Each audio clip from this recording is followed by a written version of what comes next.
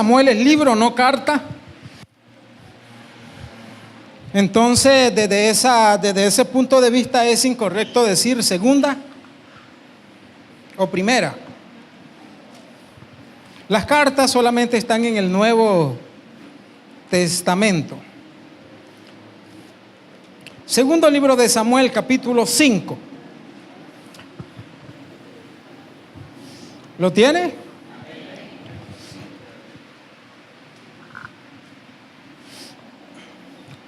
Padre, gracias te damos. Te ruego que tú nos bendigas a todos con el mensaje de tu palabra. Señor, que una palabra tuya halle lugar en nuestros corazones. En Cristo Jesús. Amén. Segundo libro de Samuel, capítulo 5, versículo 6.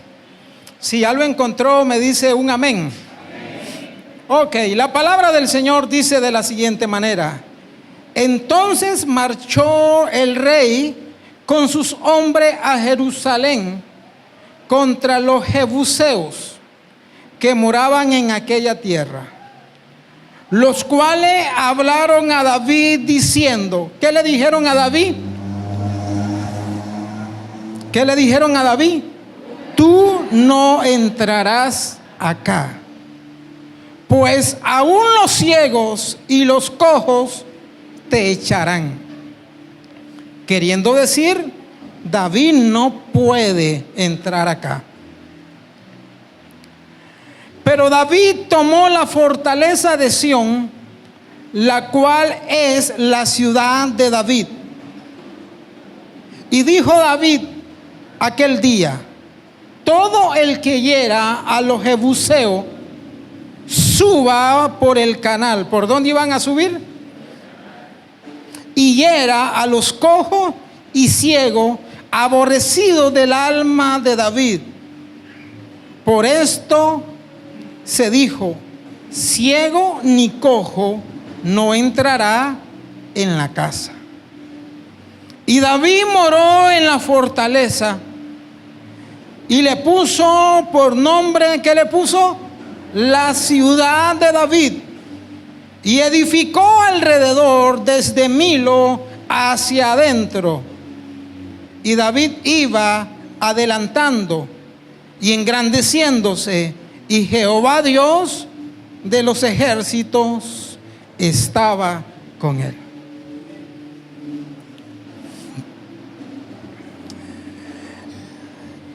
El rey David fue ungido 3 veces. La primera vez fue ungido por Samuel, cuando David apenas era un joven de aproximadamente 14 años. Y Samuel llegó y lo ungió de manera profética para declararlo rey. Pero esa fue una profecía. Y David pasó los próximos 16 años, aunque ya había sido ungido rey, los próximos 16 años él pasó huyendo de Saúl. Fíjese que es interesante porque en el mundo físico, ¿sabe quién seguía siendo el rey? Saúl. Pero en el mundo espiritual, ¿sabe quién era el rey? David. Delante del pueblo y delante de la gente, el rey era Saúl. Pero delante de Dios, el rey era David. Esa fue la primera vez que ungieron a David. La segunda vez que ungen a David está en el versículo 1 del capítulo 5 que leímos. En el capítulo, ya le digo el capítulo.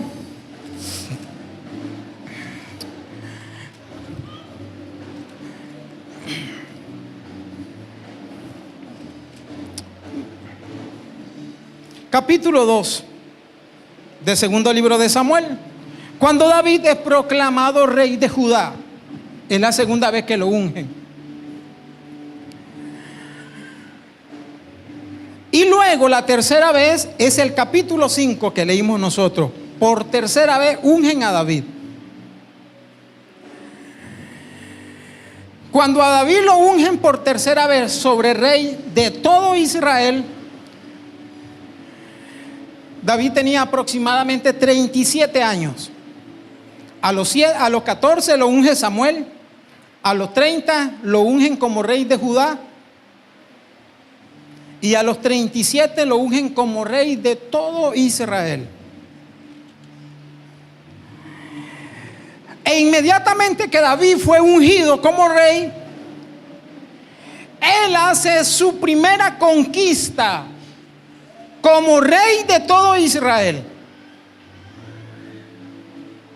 Los versículos que nosotros leímos del capítulo 5, versículos 6 al 10, son los versículos que nos narran la primera conquista de David una vez que él fue rey sobre todo Israel.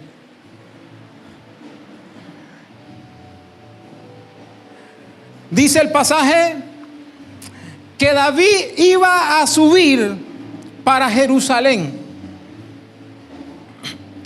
Jerusalén era un lugar que estaba bajo el control de los jebuseos. Los jebuseos dominaban esa ciudad. Era una de las ciudades más importantes de los jebuseos. Y ese lugar nunca había sido dominado por los israelitas. Jerusalén estaba en una posición geográfica privilegiada.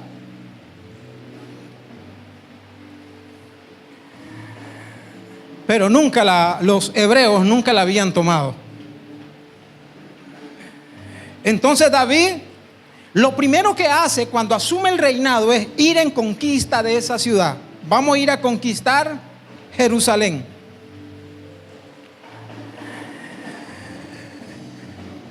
Los jebuseos eran una de las 7 tribus que Dios había dicho a Israel: terminen con ellos.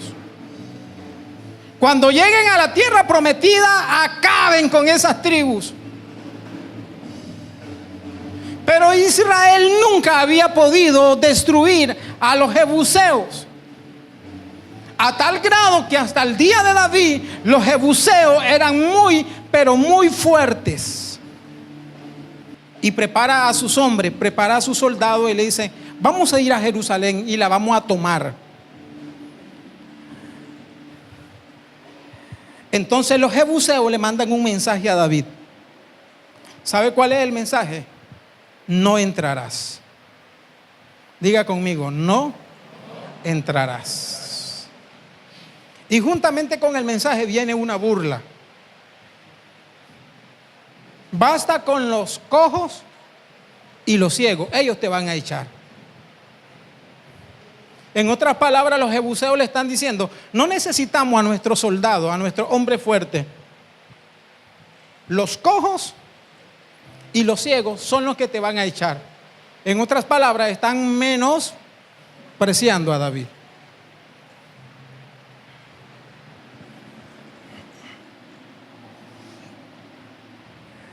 Pero David, y en parte los jebuseos tenían razones. Yo encuentro cuatro razones de por qué ellos le mandaron ese mensaje a David.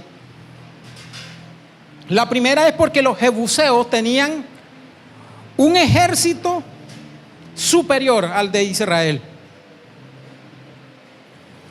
Y si ellos tenían un ejército superior al de Israel, se sentían como confiados.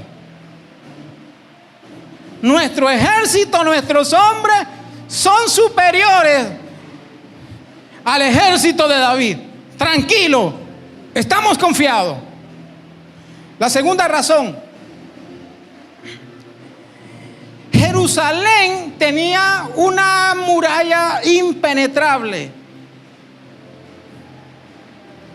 Entonces no solamente el ejército le daba confianza, también la muralla que ellos tenían les daba confianza. Un muro que según los biblistas dicen que era un muro impenetrable. ¿Se imagina usted? Tercera, ellos estaban en una zona geográfica privilegiada. La ciudad de Jerusalén queda en alto. Por eso en la Biblia, siempre que se habla de Jerusalén, sobre todo en el Antiguo Testamento, hablan de subir a Jerusalén, porque quedaba muy en alto. Entonces, además de tener un buen ejército, además de tener un muro perimetral, diríamos ahora, que era una fortaleza, quedaban súper alto, y eso favorecía la defensa de la ciudad contra cualquier ataque. Y había una cuarta razón por la cual los jebuseos se sentían confiados. Vaya conmigo, después regresamos a este versículo, porque lo quiero llevar a 2 versículos para decirle cuál era la cuarta razón. Después regresamos al segundo libro de Samuel, donde estamos. ¿Lo tiene? Josué 15:63. Más a los jebuseos que habitaban en Jerusalén, los hijos de Judá no pudieron arrojarlos. Y ha quedado el jebuseo en Jerusalén con los hijos de Judá hasta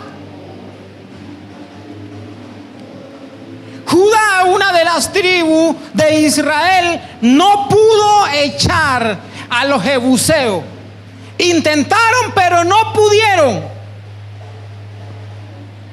Entonces, ¿cuál es la cuarta razón? A los jebuseos ya habían intentado sacarlos y vencerlos, pero Israel no había podido.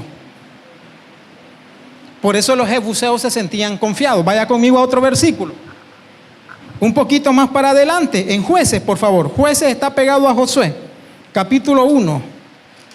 Jueces 1, versículo 21.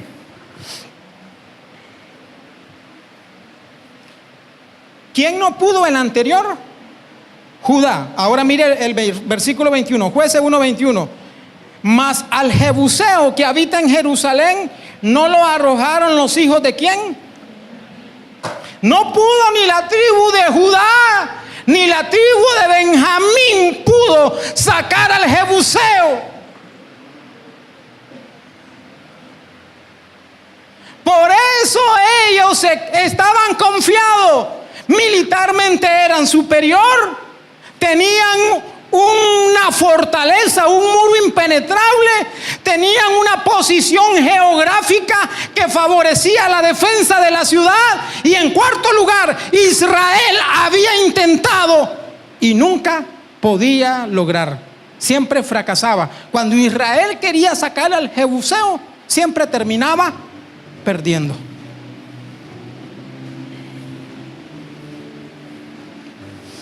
Lo que me gusta de David es que David no se quedó con el mensaje negativo. Diga conmigo, David no se quedó con el mensaje negativo. La gente que conquista es gente que no se queda con el no. No importa si otros lo intentaron. ¿Sabe usted que Moisés derrotó a 2 reyes? Eso está en Josué capítulo 12. Moisés derrotó durante 40 años, derrotó a 2 reinos. ¿Y sabe a cuántos reinos derrotó Josué? Josué derrotó a 16 reinos. Pero ni Moisés ni Josué pudieron con los jebuseos, a tal grado que ellos llegaron a la tierra prometida, se posicionaron en la tierra prometida y se adaptaron a tener a los jebuseos de vecinos. Llegó Saúl al reino y tampoco Saúl pudo. David pudo haber dicho, si mi antepasado, que fueron hombres de Dios, si Josué, que fue un conquistador, si Moisés, si Caleb, si la tribu de Benjamín, si la tribu de Judá no pudieron, David pudo haber dicho, ¿por qué lo voy a intentar yo?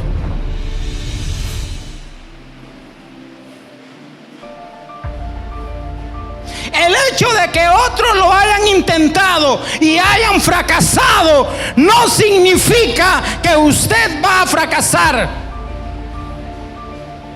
El fracaso de otro no significa que usted está llamado a fracasar. Quizá gente muy valiosa, porque si hablamos de Josué, si hablamos de Moisés, si hablamos de Caleb, habían sido hombres muy importantes en la historia de Israel. Y David pudo haber dicho, ¿para qué intentarlo?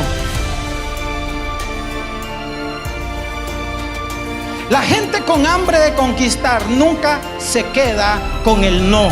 Siempre vive su propia experiencia. No se conforma con saber que gente valiosa que estuvo antes que nosotros fracasó y por eso nos vamos a rendir.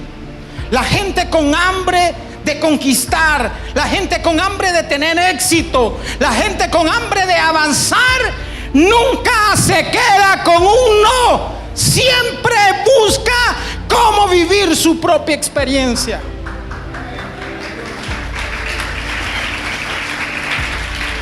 Y eso no solamente es en el ámbito espiritual, eso es en todos los ámbitos de la vida. ¿Sabe qué? Le voy a contar esto. ¿Sabe que yo saqué una maestría que económicamente imposible que yo hubiera tenido dinero para pagarla?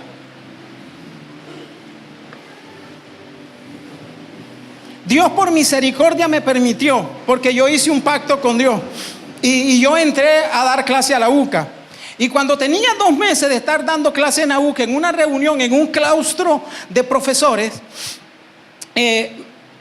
informaron que la UCA estaba abriendo una maestría para capacitar a sus funcionarios. Y entonces yo me indagué y fui donde el director del departamento y le digo, mire, yo quiero aplicar a esa maestría. Y ¿sabe lo que me dijo el director del departamento? Me dice, Manuel, yo no te quiero desanimar, pero debes de saber esto. Esa era la primera maestría que la UCA impulsaba, titulada por la UCA, a nivel de educación. Y me dice, esa maestría es únicamente para funcionarios jesuitas. Esa maestría no es una maestría abierta, es únicamente para funcionarios jesuitas, tanto de universidades como de colegios. Y 2, para que la universidad te dé una beca en una maestría normal. Esa no era una maestría normal, no era una maestría abierta, era cerrada para gente jesuita. Y para que la universidad te pueda dar una beca en una maestría común, mínimo debes de tener 2 años. Y yo apenas tenía 2 meses de haber entrado. Y la UCA nunca da más del 50% de beca. Y yo estaba pidiendo el 100%.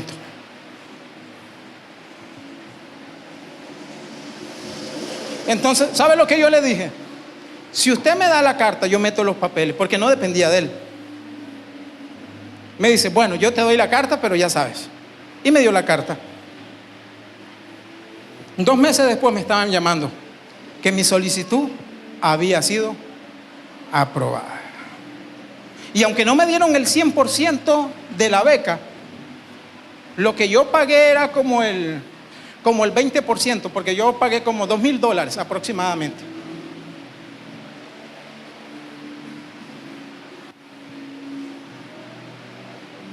El 100% nunca hubiera tenido capacidad de pagarlo. Usted tiene que saber que si usted quiere lograr más, no se tiene que quedar con el no. Viva su propia experiencia. Aunque hombres de Dios en nuestro pasado hayan fracasado en esa área, no significa que usted tiene que fracasar.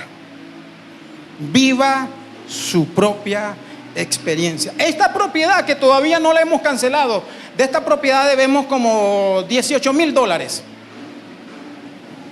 ¿Sabe?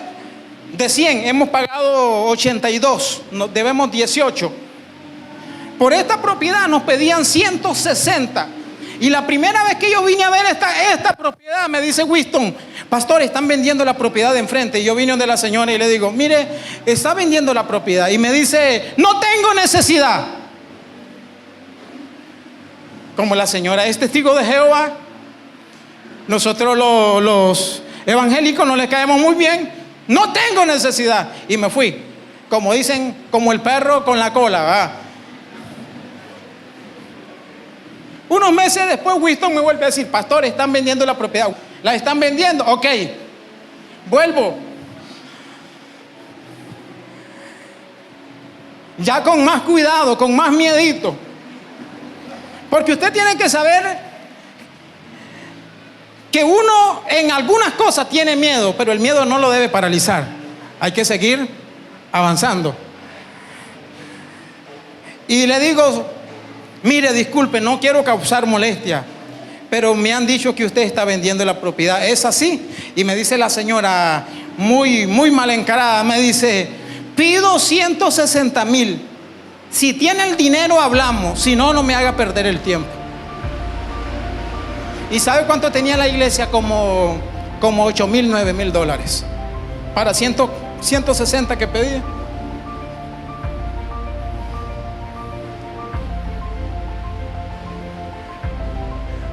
No estoy tratando de ponerme como un superhéroe, porque también en otras veces he fallado, porque también en otras veces me ha faltado agallas, porque también en otras veces me ha faltado la fe.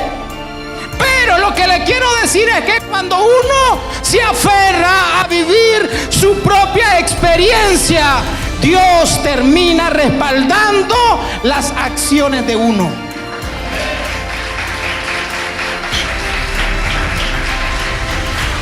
Viva su propia experiencia, no se quede con el no. ¿Por qué creemos que tenemos que repetir el fracaso de otros?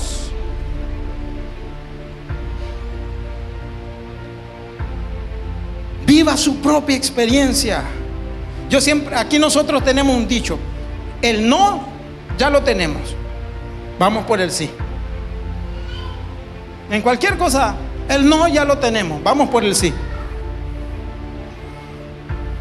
¿Qué tal si le dice al que tiene al lado suyo: el no ya lo tenemos, vamos por el sí?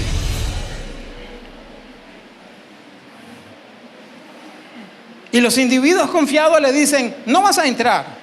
Pero no solamente no vas a entrar, los cojos te van a echar, los ciegos te van a echar.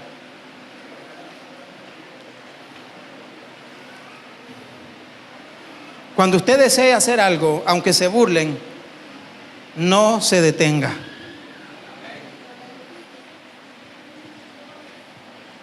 Hay gente que se va a burlar de usted, pero aunque se burlen, no se detenga. Siga para adelante. Siga para adelante. Y el versículo 7 dice que David tomó la fortaleza, tomó Jerusalén.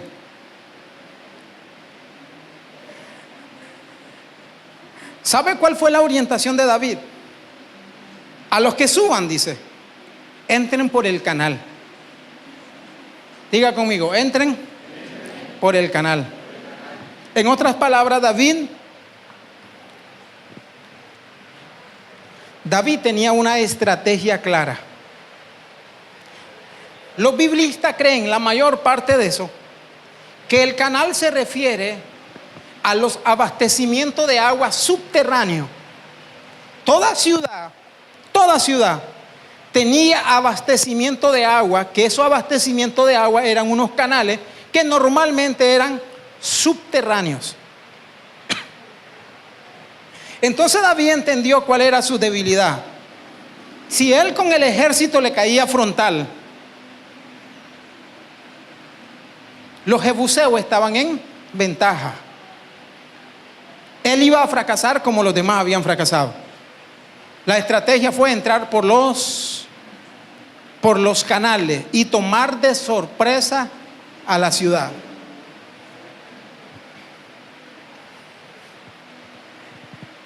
Si usted quiere conquistar algo en su vida, lo que sea, usted debe tener un plan. Debe tener un plan. Nada en la vida se logra sin un plan.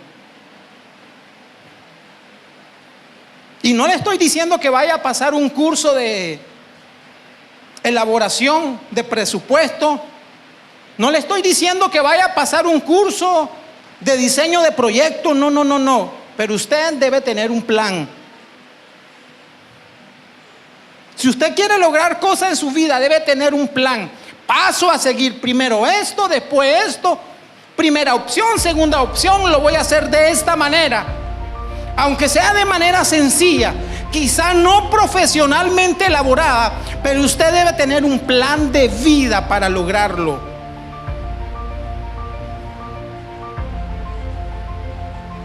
Yo, cuando tomé conciencia y me di cuenta de lo importante que era estudiar, yo dije, yo voy a estudiar. Y una vez un tío me dice, mira, Javier ni Marvin se bachilleraron, que tienen a sus padres, ahora vos que no tenés a nadie.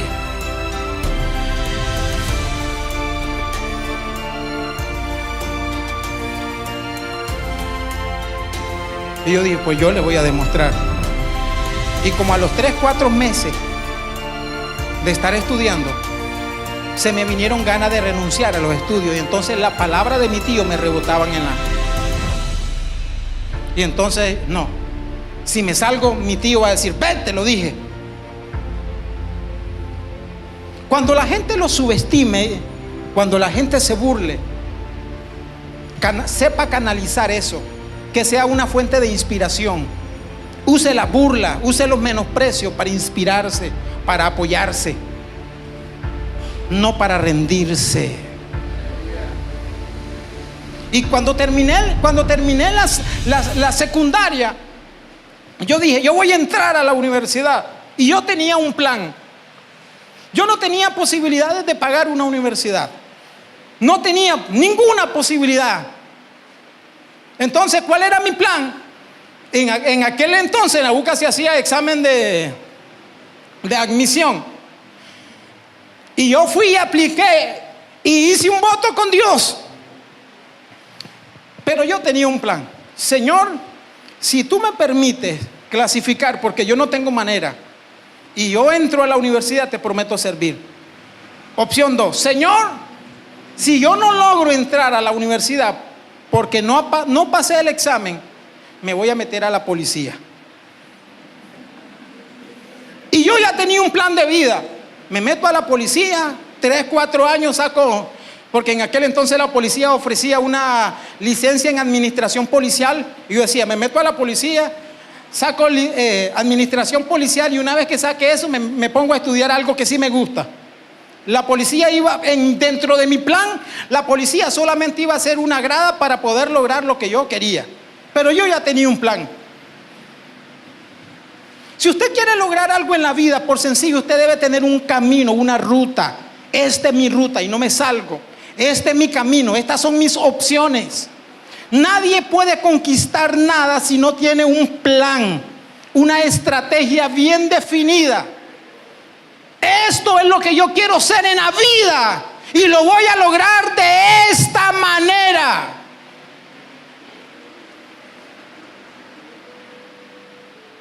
David supo que habían fallado sus anteriores y él estableció una estrategia.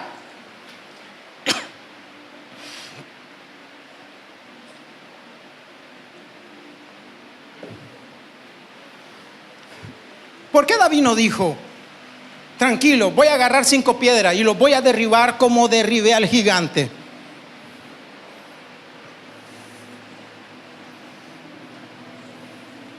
Porque una estrategia que le resulta para una no le resultará para otra.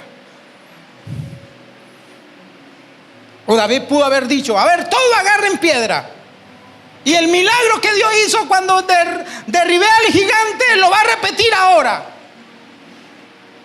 David sabía de los muros de Jericó y pudo haber dicho: vamos a rodear los muros de Jerusalén y vamos a dar 7 vueltas como lo hizo Josué, y Dios va a derribar los muros. No, Él estableció su propia estrategia. El asunto es que nosotros queremos repetir lo que otros han hecho.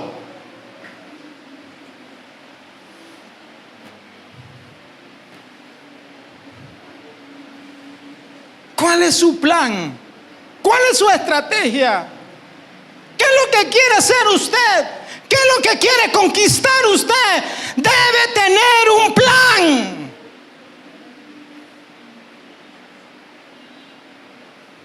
Hay gente que no hace nada esperando que en Nicaragua se solucione todo. Y si el diálogo no termina y se lleva 4 o 5 años, ¿qué va a estar haciendo usted?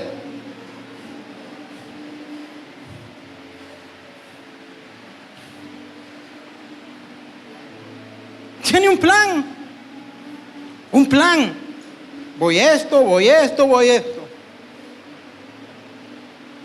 Y si falla, el error es de humano. Y todo fracaso es un aprendizaje. Y entonces David llegó y tomó aquello. Aquella ciudad. Y cuando llegó le cambió el nombre. ¿Y cómo le puso? La ciudad de David. ¿Sabe lo que estaba haciendo? Ponerle su nombre, su sello, para varias cosas. Permítame decirle 2. Una, le puso su nombre, la ciudad de David. Y esa ciudad fue conocida como la ciudad de David, Jerusalén, para resaltar la importancia de aquella conquista, la ciudad de David. Nadie iba a olvidarla, esa conquista de David. Podían olvidar otra, pero esa nunca. Porque a esa conquista David le había puesto su nombre. Y 2, para que esa conquista pasara a ser inmortal, inolvidable. 1, por la importancia, y 2, para perpetuar la memoria de la conquista.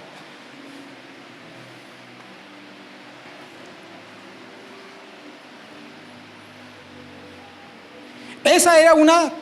Venga, salva el piano, porfa. Esa era una ciudad jebusea. Y sabe que esa ciudad jebusea no solamente se convirtió en la casa de David, se convirtió en Jerusalén. Y sabe usted que esa ciudad en la historia hebrea es una de las ciudades más importantes.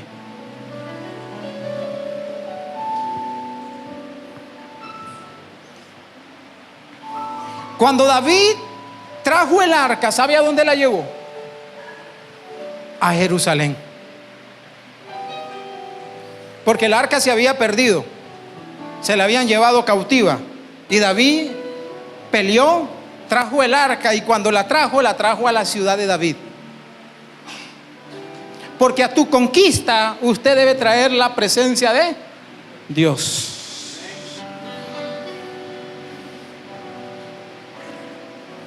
¿Sabe que esa ciudad se conoce hasta el día de hoy? Hay muchos versículos de la Biblia que cuando se habla de Sión, Sión es un sinónimo también de Jerusalén. Hablar de Sión es hablar de Jerusalén. Y llegó a ser un símbolo de la presencia de Dios. ¿Sabe dónde se construyó el primer templo? El templo que construyó Salomón. ¿Dónde? En Jerusalén.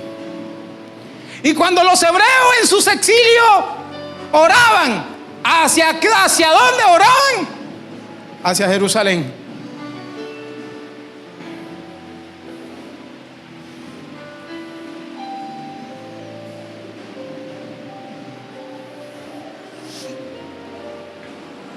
Jerusalén.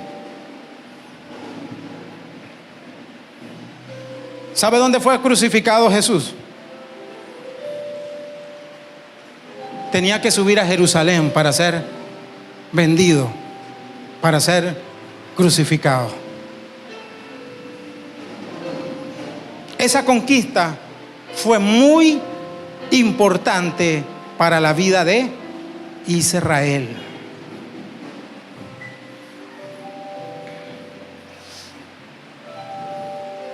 Y el último versículo, que es el versículo 10, dice que David se adelantaba, pero hay otra versión, no dice adelantar. Dice, la Reina Valera dice se adelantaba y se engrandecía. En otras versiones dice que David se expandía, David crecía. ¿Sabe por qué? El versículo da la razón. Versículo 10 dice, porque Dios estaba con él.